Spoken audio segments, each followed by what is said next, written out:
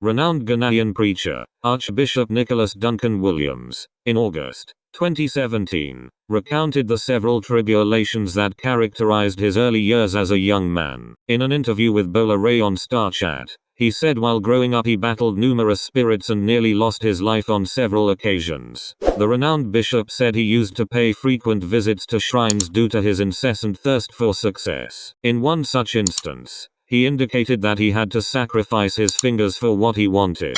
He narrated, "Of all the battles in life, the spiritual battle is easily the most significant. It is always said that before anything of worth happens in the physical, it must be settled in the spiritual. It happened in the spiritual realm but sacrificed my fingers for it. At age 20 something significant happened. I had nightmares, hallucination and heard voices at home. Spiritual voices contending with the voice of truth.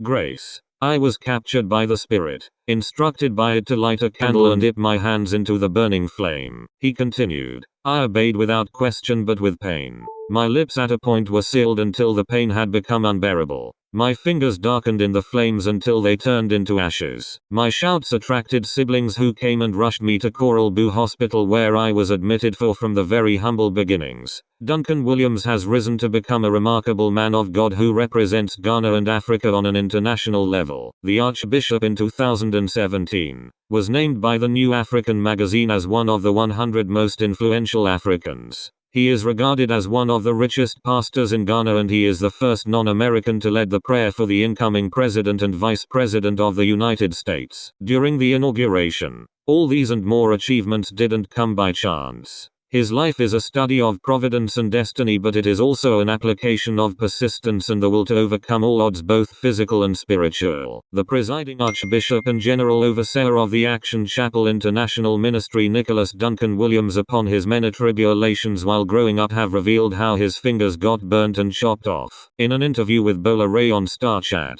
and as monitored by gpage.com, the Archbishop Duncan Williams said that while growing up, on multiple occasions, he nearly lost his life. He battled with spirits and was visiting shrines. He emphasized that the thirst for success made him visit shrines for it. Of all the battles in life, the spiritual battle is easily the most significant. It is always said that before anything of worth happens in the physical, it must be settled in the spiritual. It happened in the spiritual realm but sacrificed my fingers for it, he said. Archbishop Duncan, known in many parts of the world as the Apostle of Strategic Prayer, the 60-year-old had food to eat was a struggle. Education was a luxury. He had little or none for all that. He pushed trucks, sold chewing gums on the streets to put food on the table. He tried to go to America through stowaway. He went to Abidjan, jumped onto a ship headed for Marseille, France. He was caught and was to be fed to the sharks in the seas of Morocco, but grace found him. A man on board had a son called Nicholas and pleaded for him.